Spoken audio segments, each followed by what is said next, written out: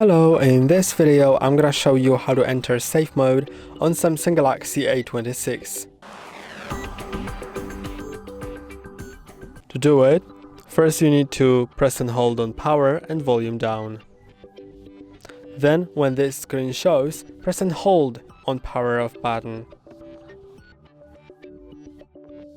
So you need to press and hold, and then tap on safe mode, and it'll restart your phone and later go into the safe mode, which will disable most of the functionalities of your phone, and is mostly used to check like if something's not working and fix it, so you can still access the system, but some of the apps and some of the functionalities will be disabled, leaving only the core functionalities and the most crucial things.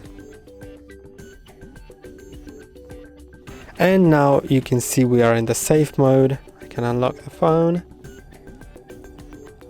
and you can see that the not important apps have been disabled, and in order to exit it, just press and hold on power and volume down again and click on restart and click on that again.